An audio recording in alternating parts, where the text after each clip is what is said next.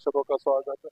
हम इस समय अवंतिका विजय विहार बुद्ध विहार कब्रिस्तान में मौजूद है। कई उपनामों से ये मशहूर है, आमतौर पर विजय विहार कब्रिस्तान भी कहते हैं, बुद्ध विहार कब्रिस्तान भी कहते हैं, मंगोलपुर खुर्द कब्रिस्तान भी कहते हैं। वो सामने आप देख रहे हैं, वो गेट लगा हुआ है, ये कब्रिस्तान है। वो सामने कब्रें हैं। मैं चाहूंगा कैमरामैन साहब उधर दिखाएं। यहाँ यहाँ वो लोग जो जीवित नहीं है, वो यहाँ पे सोते हैं। हर मजहब धर्म में यही होता है कि जो मुर्दे होते हैं वो कब्रिस्तान में शमशान घाट में दया जाता है। अरशद वारसी की फिल्म का एक डायलॉग है, कौन है ये लोग, कहाँ से आते हैं, मुझे आज वो याद आ रहा है। पता है क्यों? वो सामने एक दरवाजा है, ये कब्रिस्तान है, यहाँ पे सिर्फ बेजान लोग रहते हैं। कुछ लोग आते हैं, कुछ दिन पहले रात में 1:30-2 बजे के आसपास में इस दरवाजे को तोड़ने की कोशिश करते हैं, खाम खा अंदर घुसने की कोशिश करते हैं। मैं आमतौर पे मन में सोचता हूँ, अगर वो अंदर घुस भी आते तो क्या देखते, मुर्दे। यहाँ पे जो लोग सो क्या करते हैं उसके साथ में। केजरीवाल जाने से पहले एक बात कहते थे कि दूसरों की पूजा पाठ में विघ्न करने वाले तो असुर होते हैं। मुझे लगता है कि शायद ये असुरों का ही काल है भाई। ये वो लोग हैं जो इस कब्रिस्तान कमेटी से जुड़े हुए हैं, ये दुख में, ये तकलीफ में। हालांकि कानून इनका साथ दे रहा है। सबसे बढ़िया वाली बात जो है कि भारत में अभी भी संविधान जिद्दा कानून साथ दे रहा है। यूनुस भाई, क्या हुआ था? यूनुस भाई इस कब्रिस्तान कमेटी के चेयरमैन है जी। पहले तो आपका बहुत बहुत उन लोगों की खबर की कोशिश की है जो कि यहाँ दफन है। क्योंकि सबसे बड़ी परेशानी ये है कि कोई भी वारदात अगर जीवित आदमी के साथ होती है तो उसकी सुनवाई हर जगह हो सकती है, मगर ये जो दफन लोग हैं इनके साथ अगर कोई कार्रवाई होती है तो उसके अंदर दो धर्मों के बीच दंगे होने के चांस होते हैं। ठीक है ना? तो ये जो हरकत की गई है, ये मैं ये नहीं समझ पा रहा हूँ कि ये किस मकसद से की गई। क्योंकि हम तो सभी धर्मों का सम्मान करते हैं और हमेशा जैसे हमारे बगल में कब्रिस्तान है ईसाइयों वाला, उसके बगल में शमशान भूमि है, बाकायदा सब लोग मिलकर चलते हैं। मगर कुछ असामाजिक तत्व मैं भी नोट कर रहा हूँ और आप सब भी नोट कर रहे होंगे, ऐसी बात नहीं है। आप भी भाई पूरी दिल्ली में अपनी जाकर जो है खबर तैयार करते हो, तो आपको भी महसूस हुआ होगा कि कुछ सालों से लगातार कुछ असामाजिक तत्व माहौल बिगाड़ने की कोशिश कर रहे हैं। तो मेरी और जो मेरी कमेटी के लोग हैं और भी जो लोग हैं, हम ये कोशिश करते हैं कि माहौल सही रहे। तो कुछ लोगों ने रात के 1-1:30 बजे के करीब, अभी 2-4 दिन पहले एक हरकत करी। तो उसके अंदर मैं ये कहूँगा कि बाहर ना बसों का सिस्टम है खड़े होने का। तो तो कैमरामैन साहब से गुजारिश करूंगा कि बाहर दिखाएं। दर्शकों, आप सामने देख रहे हैं कि वो व्हाइट कलर की बस खड़ी है। उधर आप ऊपर की तरफ से देखते हैं कि 2-3 बसों की छतें नजर आ रही है। ये बसें दिन भर में इनमें ठीक कब्रिस्तान के गेट के आसपास आके खड़ी हो जाती है। कोई भी व्यक्ति सड़क चलता हुआ इन बसों की आड़ में शराब पी सकता है, बाथरूम कर सकता है, औरत को छेड़ सकता है, कुछ भी कर सकता है जी। तो इन बसों की वजह से कई सारे क्रिमिनल इस बसों के पीछे असामाजिक कुछ ना कुछ करते रहते हैं। गतिविधियां। गतिविधियां समझ लो, या कि हरकतें समझ लो, या लोगों की जेब काटना समझ लो, अच्छा अच्छा या स्नैचिंग समझ लो। मतलब कि बहुत सारी वारदातें होती रहती हैं। अच्छा। मगर मैं फिर दोबारा दिल्ली पुलिस से अपील करूंगा कि हमारा समाज और हम आप में आस्था रखते हैं। आप जो भी कार्रवाई हो वो आप करो। मगर लगातार 3-4 दिन हो गए हमें दरखास्त दिए हुए, विजय विहार थाने से कोई रिस्पॉन्स नहीं मिल पा रहा है।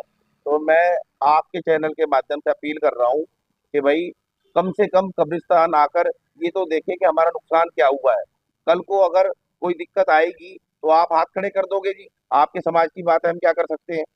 ठीक है ना? तो मैं दिल्ली पुलिस से अपील कर रहा हूँ कि वह लोग आकर कम से कम ये तो देखें कि कौन लोग थे वो। है, ऐसा कुछ नहीं है। अगर पुलिस चाहे तो कबर में से भी निकाल सकती है आदमी को। आपको वो 3-4 लड़के नहीं मिल रहे जिन्होंने ये वारदात की है? इसका मतलब मुस्लिम समाज असहाय है, असमर्थ है? ऐसा नहीं है। मुस्लिम समाज बहुत ताकतवर है। और अगर आपसे नहीं हो रहा तो आप हाथ खड़े करो, हम खुद करेंगे अपनी रखवाली, क्योंकि हम रखवाली करना जानते हैं।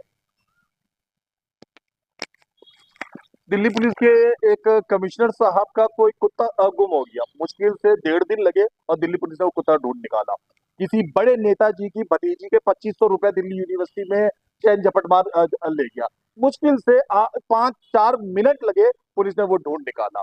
थोड़ा और आगे बढ़ते हैं, छोटा राजन और इसी तरीके के कुछ वाले कहीं सिंगापुर और पता नहीं कौन से मुल्कों के अंदर थे, दिल्ली पुलिस उनको वहां से भी ढूंढ के ले आई। मैं यहाँ पे ये बताना चाहता हूँ कि पुलिस अगर चाहे तो वाकई ही कुछ भी कर सकते हैं। सबसे पहली बात, हम यहाँ पुलिस की आलोचना के लिए नहीं खड़े हुए हैं। मैं ये मानता हूँ कि पुलिस के पास काफी सारा काम है, कई मरतबा वो लापरवाही बन जाते हैं। मैं ये मानता हूँ कि पुलिस कई मरतबा बहुत सारे प्रेशर की वजह से, दबाव की वजह से कर्तव्यहीनता वाले हरकतें करती है।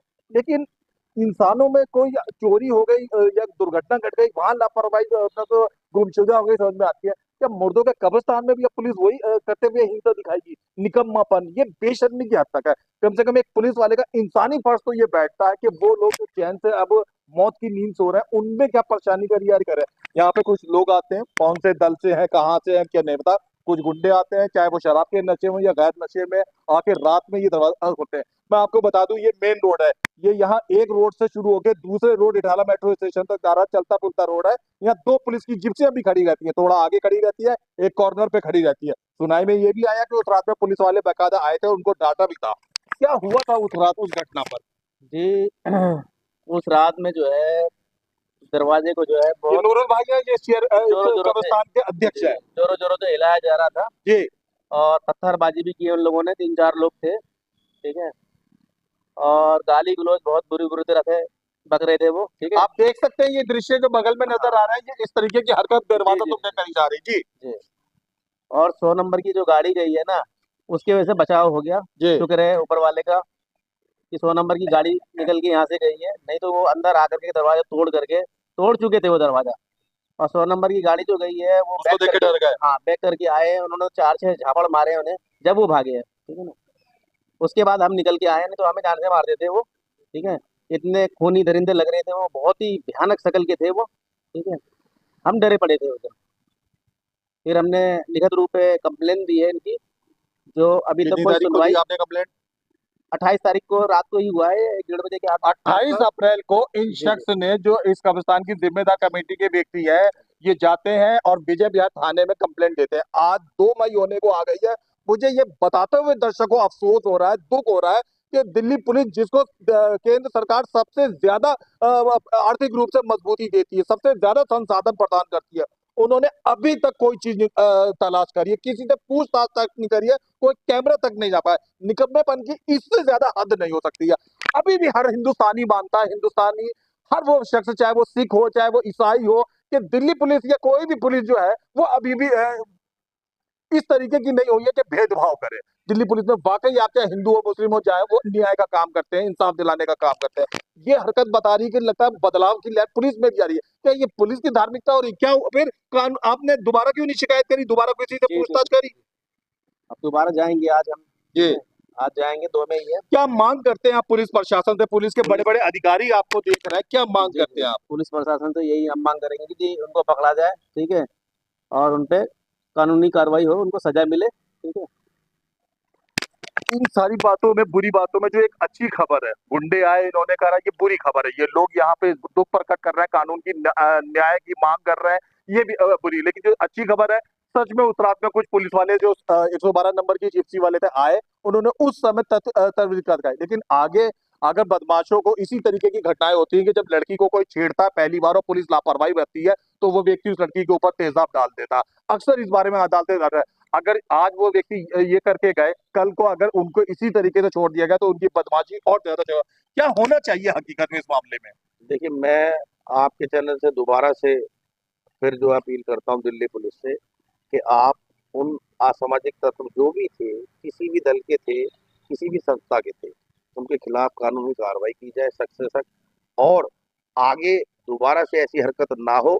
अगर आप उनको सजा नहीं दोगे या दंडित नहीं करोगे, तो दोबारा से हरकत होगी और फिर जो है और दिक्कतें बढ़ेंगी। और जब कुछ दूसरे समाज के लोग आकर अगर पथराव करते हैं कब्रिस्तान की ओर या कोई और हरकत करते हैं, तो मुस्लिम समाज को भी उठना पड़ता है, मजबूरी बन जाती है, क्योंकि ये हमारी आराम गरा है, ये लास्ट है। अगर इस पे भी हमारे को छेड़ा जाएगा तो कानूनी कार्रवाई की जाए, नहीं तो फिर हम भी स्टैंड लेंगे आगे का।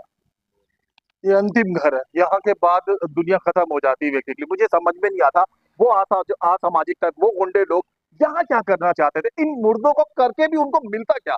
क्या किसी की लाश से छेड़छाड़ करके कोई सुकून मिलता, कोई धर्म काम आ जाता? क्या यहाँ पे कुछ खोद के या तोड़ के उन्हें क्या मिल जाता है? किसी एक आदमी को पीट दिया जाए तो फिर भी समझ में आता है कि अपराध हुआ, ये बुरा करा, ये सुकून। यहाँ पर कोई और भाई कुछ बोलना चाहते हैं? ठीक है, ये बुजुर्ग साहब है, ये समझदार व्यक्ति है, क्या कहना चाहेंगे आप? देखिए, हम तो सिर्फ इतना कहना चाहेंगे कि हमें सुकून से रहने दो, चैन से जीने दो। हमने किसी का क्या बिगाड़ा? यहाँ पे इस कब्रिस्तान में ये मुर्दे लेटे हुए, ये किसी के ऊपर गोली बारूद कर रहे हैं क्या? ये कुछ नहीं कर सकते। ये सामने वाला इनकी आवाज नहीं सुन सकता, ये किसी की आवाज नहीं सुन सकते। क्या है? गवर्नमेंट से सिर्फ इतनी अपील है कि हम चैन से रहना चाहते हैं, चैन से हमें जीने दो, बस। और अगर नहीं जीने दोगे तो एक ना एक दिन तो ऐसा आता है कि मुर्दा भी चिल्ला उठता है, तो हम भी चिल्ला देंगे, बस।